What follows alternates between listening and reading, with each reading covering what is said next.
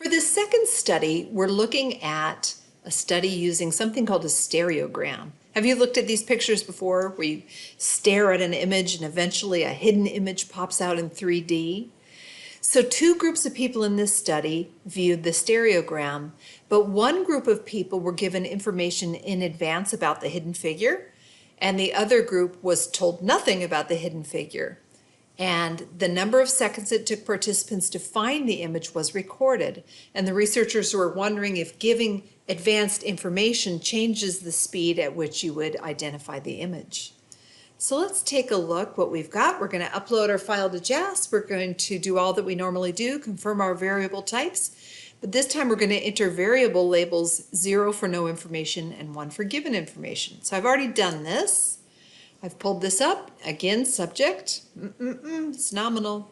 Time is a scale variable and condition is nominal, so we're good there. So for condition, I'm going to put no info for number 1.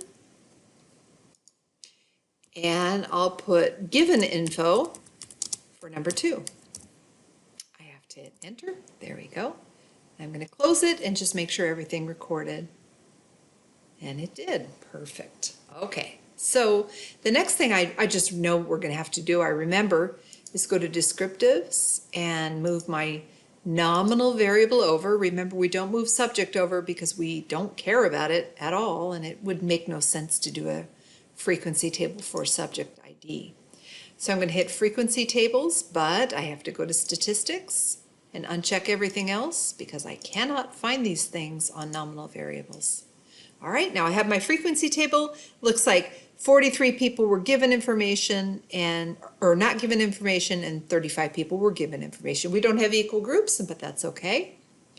I'm going to go to descriptives, and I'm going to this time move time over to just gather the mean and all that good stuff. So the average time to identify the stereogram was 7.2 seconds.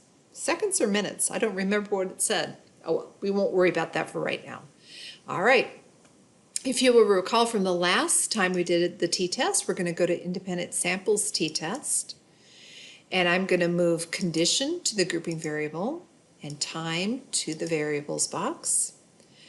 I'm going to come down here and I'm going to click on Welch. We'll talk about that at another date. We're not going to talk about it today. The alternative hypothesis is that the groups are not equal. It's a two-tailed test, in other words. I'm going to click these two things too.